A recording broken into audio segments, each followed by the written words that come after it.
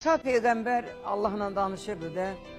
Bir gün dedi, ey Rəsul Xuda, istəyirəm ki, mən o dünyada kim mənim yanımda yatacaqsa onu görüm. Kimə deyə bilər? Dedi ki, sənə deyəcəm də, deyemirəm. Bir qəssəb dət satan, get onun yanına, o sənin yanında yatacaq cənnətdə. Dərviş paltarı geyir, gedir, ət satır. Dayanır, ət qutarandan sonra deyir, mən ət verərsən, deyir, ət qutarıb. Deyir, mən başqa kənddən gəlirəm, bir yerim də yoxdur qalmağa. Bəlkə gecə qalın bir yerdəsə, deyir, gedək bizə. Aparır onu evə, dərviş bilir bunu da. Görür, bir qoca arvad bələkdə uzanıbdır. Əvvəl oğlan onu götürdü, açdı, çimizdirdi, yeməyin yedizdirdi.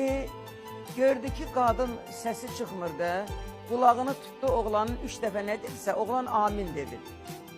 Gəlib oturanda dedi, niyə çay içməmişsən dərviş? Dedi ki, niyə içməmişəm? Mən bura qonaq gəlmişəm, dərvişəm. Amma anandı bildim, çimizdirdin, yedizdirdin, onu öpdün, bu anandı eləməlisən. O sənə nə dedi ki, 3 dəfə amin dedin? Dedi, hər dəfə ona belə baxanda, deyir, oğul, sən ki mənə belə baxırsan, Allah səni Musa Peyğəmbərlə qonşu eləsin. Bu dərviş ağlayır, deyir, niyə ağzı, deyir, mən Musa Peyğəmbərəm. Bəs mənə niyə demirsən? Deyir, dedim, görüm sən, nə edirsən sən?